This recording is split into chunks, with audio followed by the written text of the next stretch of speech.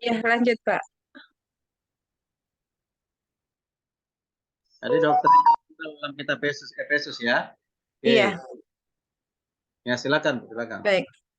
Sebagai pendahuluan, surat Efesus ini ditulis oleh Rasul Paulus ketika dia sedang berada dalam penjara. Ketika Paulus menuliskan, agak diperkecil aja, Pak. Saya tertutup dengan ini sebagian.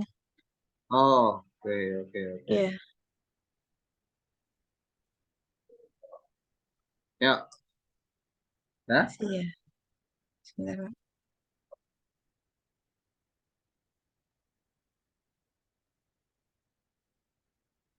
Ketika Paulus menuliskan surat kepada jemaat Efesus, tentu saja mempunyai tujuan dan ada hal yang menjadi motivasi dia untuk menulis surat ini. Tujuan Paulus menulis surat ini kepada jemaat Efesus karena keadaan masyarakat Efesus yang pada saat itu adalah masih melakukan penyembahan terhadap dewa Yunani. Dewa yang mereka sembah pada saat itu adalah eh, disebut dengan dewa Artemis yang mereka percayai sebagai dewa kesuburan. Selain itu juga mereka melakukan penyembahan dan tunduk kepada kaisar. Melihat keadaan ini, tergeraklah hati Paulus untuk mengirimkan suratnya kepada jemaat di Efesus. Surat ini berisikan nasihat, perintah, dan himbauan untuk hidup dalam Kristus. Dalam surat ini, Rasul Paulus menekankan rencana Tuhan akan seluruh alam, baik yang di surga maupun yang di bumi, menjadi satu dengan Kristus sebagai kepala. Di ayat 1, di pasal 1 ayat yang ke-10. Surat ini merupakan juga seruan kepada umat Tuhan supaya mereka menghayati makna rencana agung dari Tuhan itu untuk mempersatukan seluruh umat manusia melalui Yesus Kristus. Berikut, Pak. Apakah istilah Tritunggal itu Alkitabiah? Secara teologis, istilah Tritunggal tidak dicatat dan ditemukan di dalam Alkitab. Namun, kebenaran dan konsep teologi dari ajaran Tritunggal secara komprehensif terdapat di dalam Alkitab, baik di dalam PL maupun dalam PB. Bahkan Tuhan Yesus beserta para rasul juga mengajarkan dengan tegas yang bisa kita pelajari di dalam Matius 28 ayat 19, Markus 16 ayat 19, Yohanes 10 ayat 30, 16 ayat yang ketujuh, Kisah Para Rasul 5 ayat 32, Wahyu 22 ayat 1 sampai 5 dan 17 dan seterusnya. Apakah pengertian Tritunggal? Secara etimologi, istilah Tritunggal dipahami melalui dua kata yaitu tri yang artinya tiga dan tunggal artinya adalah satu. Menurut pemahaman iman Kristen, Tritunggal adalah doktrin teologi yang menjelaskan tentang keesaan dari tiga pribadi yang berbeda, yaitu Allah Elohim, yaitu Bapa, Anak, dan Roh Kudus, di mana ketiga pribadi yang berbeda tersebut adalah Tuhan Allah yang Esa, di dalam Ulangan 6 ayat yang keempat. Secara teologis, konsep Tritunggal pertama kali dicetuskan oleh Athanasius melalui Konsili Nicea pada tahun 325. Berisikan antara lain bahwa Sang Anak adalah hakikat atau setara dengan Sang Bapa. Di dalam surat Efesus, Rasul Paulus pun menuliskan konsep doktrin Tritunggal ini, di mana di dalam pembahasan ini penulis menyajikan dalam pasal 1 ayat 3 sampai 14, di mana Paulus menyampaikan bahwa ketiga pribadi telah merancangkan dari semula dari kekekalan hingga keselamatan. Kitab Efesus pasal 1 ayat 3 sampai 14 juga secara khusus mengajar bahwa keselamatan diterima oleh orang percaya di dalam Kristus, di mana mereka telah dipilih di ayat 4, ditentukan untuk diangkat oleh Allah, ayat 5. Mereka ditebus di ayat ke-7, telah menerima rahasia kehendak Allah, ayat 9, dimeteraikan oleh Roh Kudus serta jaminan warisan masa depan di ayat 11 sampai 14. Setiap pribadi Tritunggal berkarya di dalam berkat keselamatan, di mana Allah Bapa merencanakan keselamatan orang percaya di dalam pasal 1 ayat 3 sampai 6. Anak mewujudkan keselamatan orang percaya dengan kematiannya di kayu salib di ayat yang ke-7 sampai 12.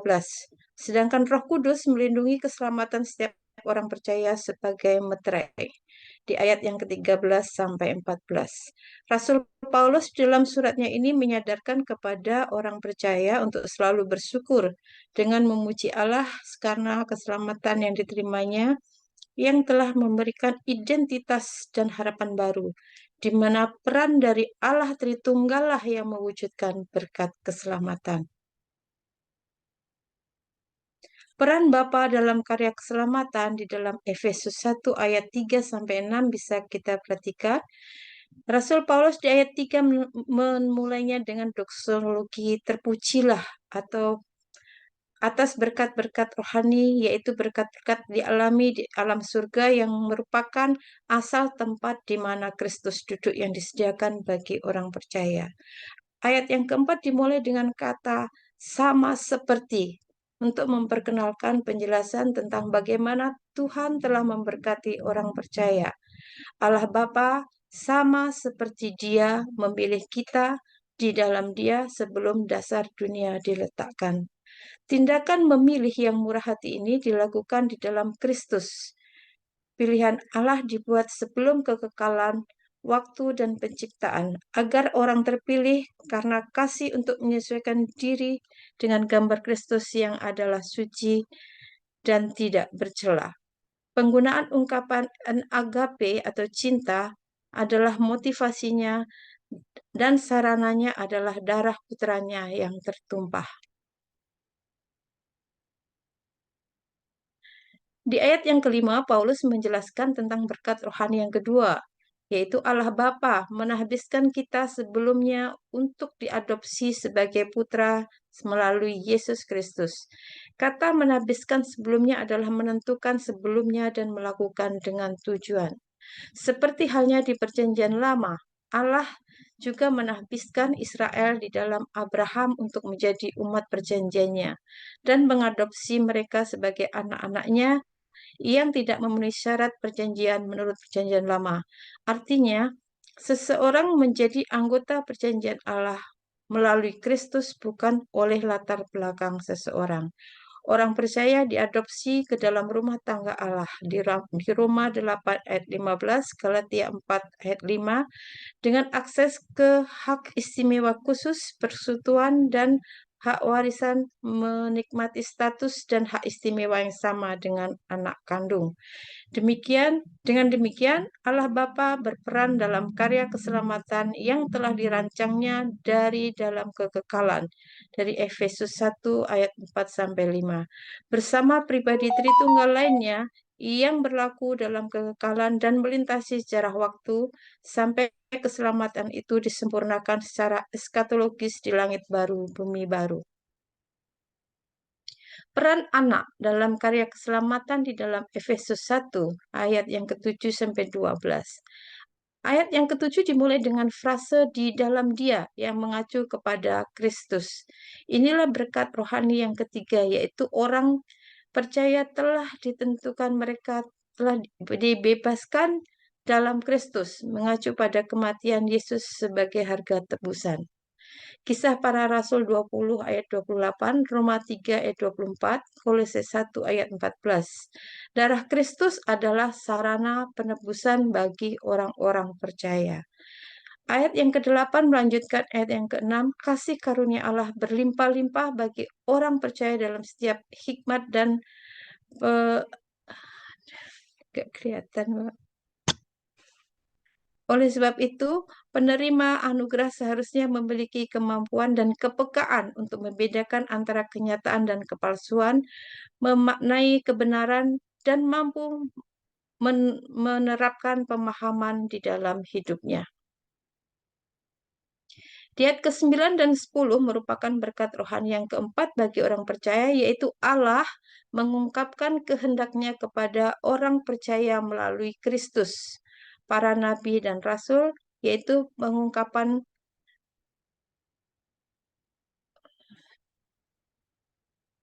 apa ya kurang jelas ini tentang tujuan Tuhan untuk pendiriannya yang akan datang di masa depan, berkuasa dan dalam kemuliaan menjadi ahli waris dan menjadi sesama anggota tubuh dan sesama penerima bagian janji dan Kristus sampai kegenapan waktunya, di mana Kristus adalah kepala dari segala sesuatu yang di surga maupun di bumi. Ayat yang 11-12 menyatakan bahwa orang percaya dipersatukan secara Roh Kudus, secara rohani dengan ini Bapak, mohon maaf nggak terpotong ya. Orang percaya dipersatukan secara rohani dengan Kristus, telah dipilih sebelum dasar dunia diletakkan menurut kehendaknya, sehingga kita orang percaya sudah seharusnya menaruh harapannya dalam Kristus untuk pujian dan kemuliaannya. Peran Roh Kudus dalam karya keselamatan bisa dipelajari dalam Efesus 1 ayat 13 sampai dengan 14, di mana di ayat 13 sampai 14 ini merupakan berkat rohani yang diterima oleh orang percaya bahwa orang percaya telah dimeteraikan di dalam Dia oleh Roh Kudus dan jaminan warisan masa depan. Roh Kudus adalah Roh Kudus akan melindungi dan memelihara orang percaya sampai mereka menerima warisan yang menanti mereka.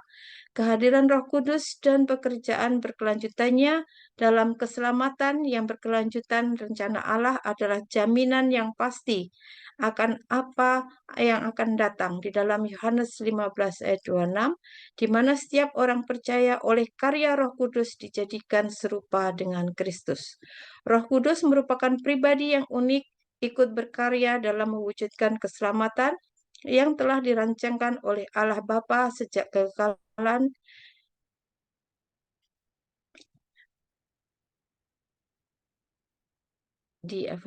oleh penebusan.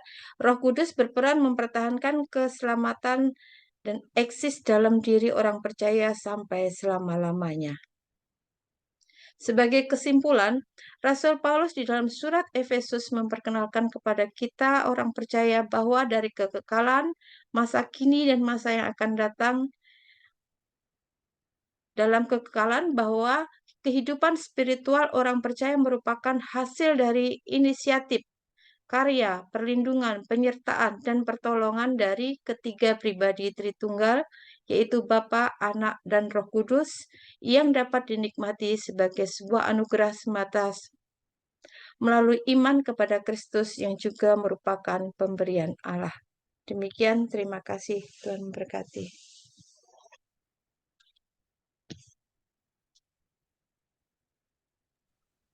Puji Tuhan, pikir sangat jelas sekali ya. Jadi pembuktian Tritunggal melalui kitab Efesus. Itu baru kitab Efesus. Ayat pasal yang pertama. Ya, itu tentang berkat rohani yang diterima oleh jemaat di Efesus. Tadi udah jelas ya, berkat rohani yang diterima oleh jemaat di Efesus dan juga tentu yang kita terima masa sekarang.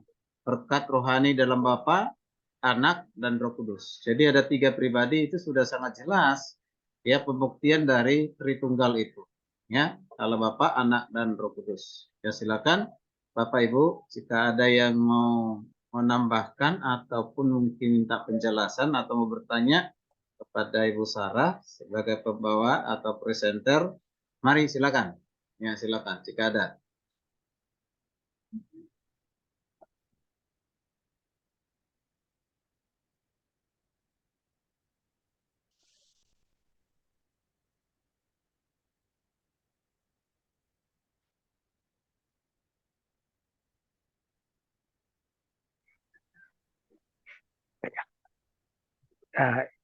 Izin Pak dosen. Ya, Ya, silakan Pak Joni, Ibu Sarah ya. pasti menambahkan. Bu Sarah udah senyum-senyum ini. Silakan Pak Joni. Ya, Bu Sarah, sederhana aja pertanyaan saya. Kira-kira penjelasan khas Rasul Paulus tentang Tritunggal Allah itu dalam konteks kebutuhan atau masalah atau apalah namanya di jemaat Efesus itu seperti apa sehingga itu menjadi pembeda Ya, kita tidak bisa paksakan juga kalau memang harus sama dengan yang lain. Tapi saya soroti itu menjadi pembeda dengan surat Paulus kepada jemaat yang lain. Iya. Demikian, terima kasih. Baik, terima kasih Pak Joni. Kembali pada pendahuluan tadi, di dalam kitab Efesus tadi, mengapa sangat urgent sekali Paulus untuk menuliskan surat itu? Yang pertama itu em, marak penyembahan kepada Dewi Artemis, Dewi Kesuburan. Itu, itu yang membuat eh, dimungkinkan kepada jemaat itu nanti terlena gitu ya mengikuti cara penyembahan mereka. Maka surat Efesus tadi kan dinyatakan bahwa itu sebagai nasihat, teguran, dan sebagainya tadi yang saya sebutkan tadi. Agar jangan sampai eh, jemaat di Efesus itu lupa akan berkat-berkat rohani yang sudah diterimanya. Terutama di dalam pasal 1 ini, Rasul Paulus mengajarkan bahwa orang percaya itu sudah dipilih, ditetapkan Allah, ya, pribadi Tritunggal itu sendiri dari kekekalan sampai kepada kekekalan, di mana mereka itu akan terjaga gitu ya. Jadi jangan sampai jatuh di dalam dosa penyembahan yang salah gitu, Pak. Itu.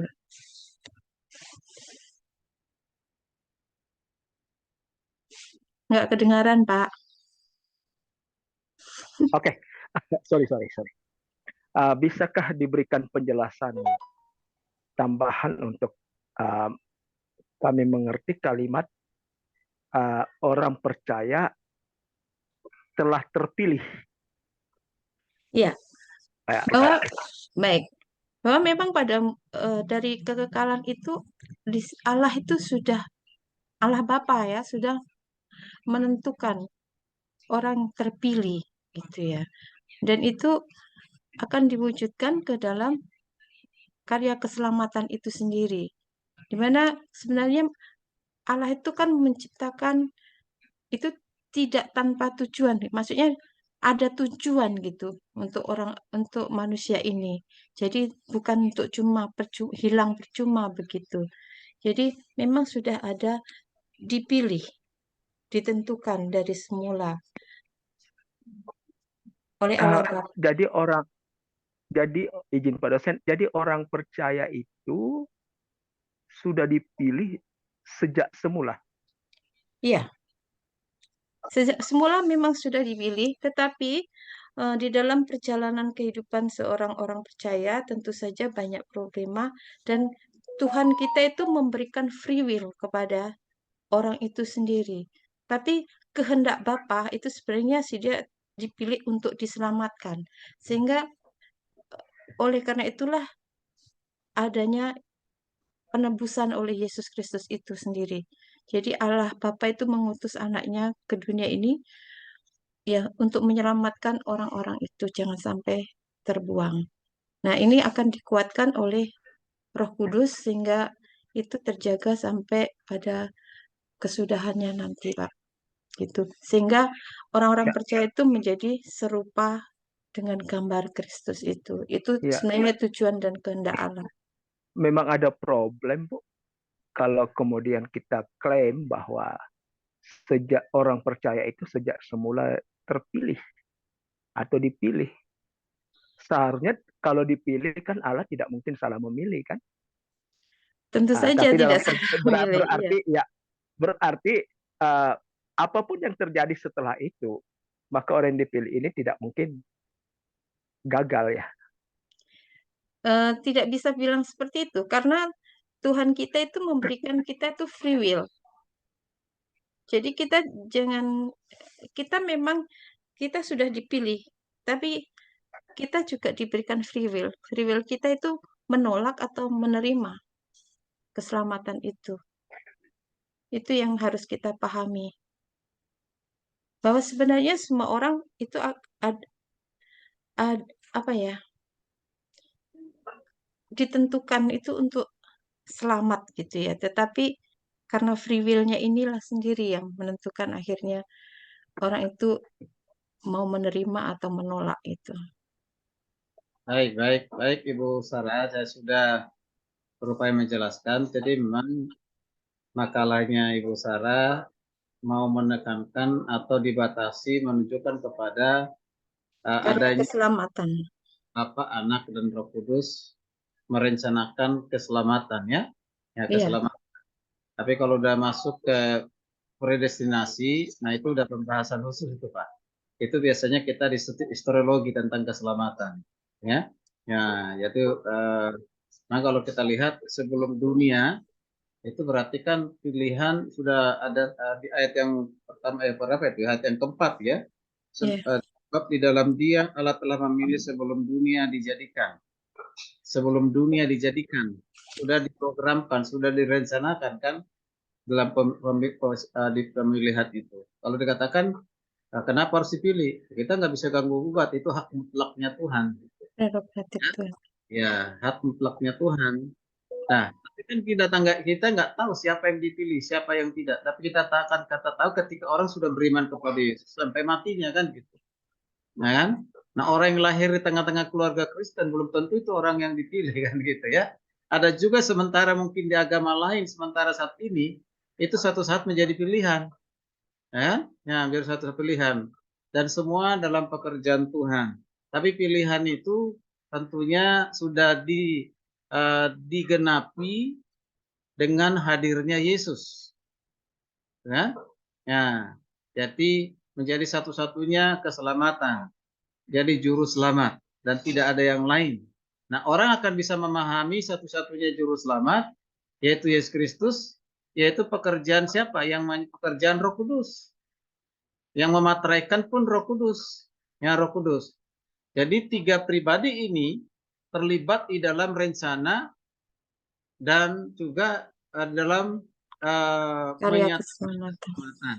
Ya, ya proses keselamatan dari dunia sebelum dijadikan sampai kepada kehadiran Yesus dan pencurahan Roh Kudus itu tiga pribadi itu terlibat. Makanya ajaran yang mengatakan membedakan Bapa, Anak, dan Roh Kudus itu hanya peranannya sebenarnya satu pribadi. Nah, yaitu Bapa merencanakan keselamatan, Yesus menggenapi Penebusan, keselamatan, Roh Kudus meneguhkan keselamatan. memeteraikan. Nah, sebagai penolakan kepada tiga pribadi. Nah, tentu itu keliru. Salah. Jadi, dalam program keselamatan itu atau rencana keselamatan itu, rencana keselamatan dalam kekekalan itu melibatkan tiga pribadi itu. Nah, itu ya. Nah, jadi pembuktian yang paling penting di sini bahwa Tritunggal itu juga diajarkan oleh Rasul Paulus kepada jemaat di Efesus. Ya. Ini sekaligus mengajarkan jemaat Efesus jangan ada Allah lain. Tadi Dewi Artemis. Ya, dewi yang cantik itu. Ya, cantik karena di sana waktu itu kan terkenal dengan simbol-simbol ya seksualita atau seks ya kan? Tadi Dewi itu. kesuburan, Pak. Nah, makanya dibuat dengan Dewi Artemis itu kan ya seperti itu. Makanya Paulus itu menekankan Efesus itu pentingnya hidup di dalam kekudusan diawali dengan doktrin gitu kan. Jadi kitab Efesus pasal 1 sampai pasal 2 itu adalah bicara tentang doktrin. Masuk pasal 3 sampai pasal terakhir, di pasal 1 sampai 3 sebenarnya doktrin ya. Nah, pasal 4 sampai pasal terakhir, ya pasal yang ke-6 itu sudah masuk hal-hal yang sifatnya praktika. Ya, praktika. Ya. Nah, pasal 2 itu kalau kita pelajari itu waduh luar biasa di sana Paulus membedakan orang keberadaan manusia yang belum menerima anugerah keselamatan. Ya, dijelaskan di sana di pasal 2 ayat 1 sampai yang ke-10 itu ya, pasal 2 Efesus pasal 2 ayat 10. Nah, di situ dua hal, keberadaan manusia sebelum menerima anugerah keselamatan dalam Bapa, Anak, dan Roh Kudus, dan yang kedua, keberadaan orang percaya setelah percaya terima Yesus sebagai Tuhan juru selamat. Ya kan? Nah, kalau yang pertama tadi keberadaan sebelum menerima anugerah keselamatan. Ya, itu apa? Dikatakan mereka mati, Karena hidup dosa. hidup dengan kedagingan dan dimurkai. ya kan? Jadi kata mati dulu pertama, kata mati, mengerikan keadaan orang yang belum di dalam Yesus, sangat-sangat mengerikan, ya, yang sangat mengerikan. Kemudian yang kedua keberadaan orang percaya setelah menerima anugerah keselamatan. Kalau tadi dikatakan mati, sekarang dihidupkan, menghidupkan, ya, menghidupkan dan atau dibangkitkan, ya, dibangkitkan. Jadi tidak dimurkai lagi, mendapatkan keselamatan, kehidupan yang kekal, dan sudah menjadi manusia baru, ciptaan baru, ya, made in God, kan gitu, bukan made in Cina, kan gitu, ya, itu. Jadi buatan Allah, gitu ya, nah, buatan Allah. Ya, jadi orang kadang bangga dengan buatan Cina, ya, tidak bangga dengan buatan Indonesia, kan gitu ya. Nah, kita lebih bangga lagi karena kita ini adalah buatan Allah dan itu sudah dilakukan oleh Allah di dalam kekekalan. Hebat nggak? Luar biasa. Ya, sebelum kita lahir Tuhan sudah tahu bahwa kita ini akan orang bagian dari yang akan diselamatkan. Ya, bersyukurlah kita dipilih dari ratusan juta manusia di dunia ini. Ya, Tuhan. Ya, oke. Satu orang lagi yang berhubungan dengan makalah Ibu Sarah, silakan. Ya. Izin Pak dosen, saya sebenarnya masih penasaran sih Pak, karena memang kenapa saya stressing tadi itu pernyataan dari penyaji, karena memang mau diarahkan ke Efesus pasal 2 itu. Ya, karena memang menarik di pasal 2 itu hanya lebih banyak dominan bicara tentang Allah Anak gitu. Ya, Allah Bapa, tapi kemudian Allah Roh Kudus itu hampir saya tidak menemukan gitu ya di situ, padahal inti yang luar biasa dari Efesus pasal 2 ayat 1 sampai 10 itu wow, luar biasa sekali tentang jaminan keselamatan. Begitu, dan memang menjadi PR besar adalah kata mati itu di ayat 1. Jadi dipilih sejak semula, sementara posisi kita itu mati. Lalu kemudian tentu bukan mati jasmani karena jemaat Efesus kan sementara hidup pada waktu itu.